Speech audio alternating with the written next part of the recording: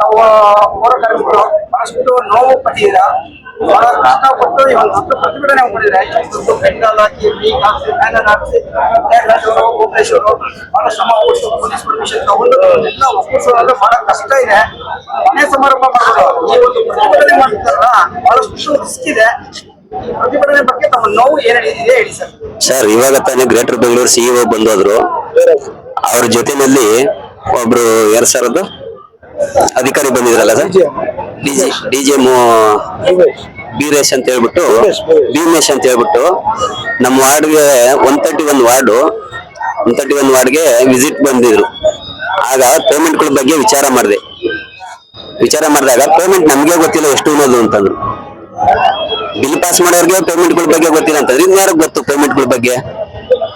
ಇದು ವಿಡಿಯೋ ಆಗಿ ಇಡೀ ಬೆಂಗಳೂರಿಗೆ ಎಲ್ಲ ಪ್ರತಿ ವಾರ್ಡಲ್ಲೂ ವೈರಲ್ ಆಯ್ತು. ಆ ವೈರಲ್ ಆಗಿದ ಕಾರಣ ಇಬ್ರು ಚಾಲಕರು, ನಾವು ಲಾರಿ ಚಾಲಕರು, ಇಬ್ರು ಲಾರಿ ಚಾಲಕರದು ಪೇಮೆಂಟ್ ಜುಲೈ ತಿಂಗಳದು ಸ್ಟಾಪ್ ಮಾಡ್ಕೊಂಡವ್ರೆ, ಅಲ್ಲೇ ಇಟ್ಕೊಂಡವ್ರೆ. ಅವ್ರಿಗೆ ಏನೋ ಲೆಟರ್ ಬರ್ಕೊಡ್ಬೇಕಂತೆ. ನಾವು ನೆಕ್ಸ್ಟ್ ಎಲ್ಲೂ ಈ ತರ ಪಬ್ಲಿಕ್ ಮಾಡೋದಿಲ್ಲ, ನಿಮ್ ಬಗ್ಗೆ ನೀವು ಹೇಳ್ದಂಗೆ ಕೇಳ್ಕೊಂಡಿರ್ತೀವಿ, ಎಲ್ಲೂ ಸ್ಟ್ರೈಕ್ ಪೈಕ್ ಮಾಡೋದಿಲ್ಲ ಅಂತಂದು ಲೆಟರ್ ಬರ್ಕೊಡ್ಬೇಕಂತೆ. ಅದಕ್ಕೆ ನಾನ್ ಹೇಳಿದೆ, ಬರೀ ಬರ್ಕೊಟ್ರೆ ಆಗಲ್ಲ, ಸೈನ್ ಎಲ್ಲ ಬೇಕಾಗ್ತದೆ, ಒಂದ್ ಸೈನ್ ಮಾಡಾಕ್ತೀನಿ, ಸೀಲ್ ಬಂದ ಮೇಲೆ ಸೈನ್ ಹೊಡೆದು ಬರೆದು ಕೊಡ್ತೀನಿ ನೋಡ್ರಿ ಅಂತ ಕಳಿಸಿದೀನಿ.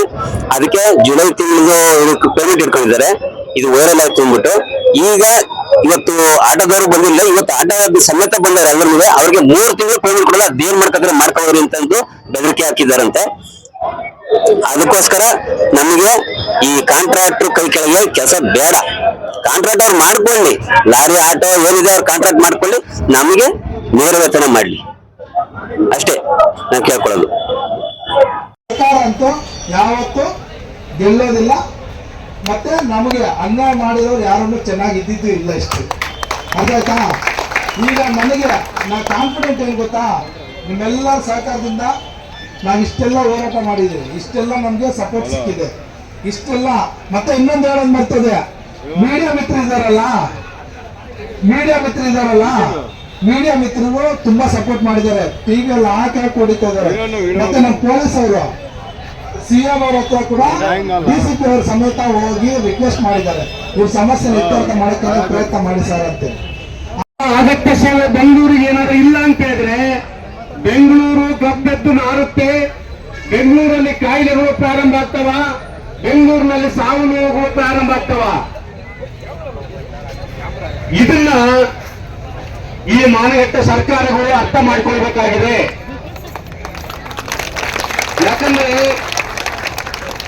ಈ ಸೇವೆಯನ್ನ ಇವರು ತಿಳ್ಕೊಂಡಿರೋದು, ಇವರು ಬಿಟ್ಟು ಚಾಕರಿ ಮಾಡ್ಕೊಂಡು ಬಂದಿದ್ರಲ್ಲ, ಹಳ್ಳಿಗಳಲ್ಲಿ ತಳತಳಗಳಂತಂದ ಬಿಟ್ಟು ಚಾಕರಿ ಮಾಡ್ತಾ ಬಂದಿದ್ವಲ್ಲ, ಇವತ್ತು ಕೂಡ ಈ ಪೌರ ಕಾರ್ಮಿಕರು, ಚಾಲಕರು, ಓಡಿಸೋ ಇವರೆಲ್ಲ ನಮ್ಗೆ ಬಿಟ್ಟು ಚಾಕರಿ ಮಾಡ್ತಾರಂತ ತಿಳ್ಕೊಂಡಿದ್ದಾರೆ ಇವರೆಲ್ಲ. ಹಾಗಾಗಿ ಇದು ಬಿಟ್ಟು ಚಾಕರಿ ಅಲ್ಲ.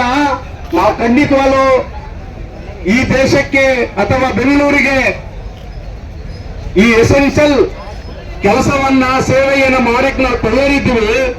ಅದೇ ರೀತಿಯಲ್ಲಿ ನಮ್ಮನ್ನೂ ಕೂಡ ಸಂವಿಧಾನಬದ್ಧವಾಗಿ, ಶಾಸನಬದ್ಧವಾಗಿ ದಿವಂಗತ ಐಪಿಡಿ ಸಾಲಪ್ಪ ಅವರ ಶಿಫಾರಸಿನ ಪ್ರಕಾರ ಡಾಕ್ಟರ್ ಬಿ ಆರ್ ಅಂಬೇಡ್ಕರ್ಗೆ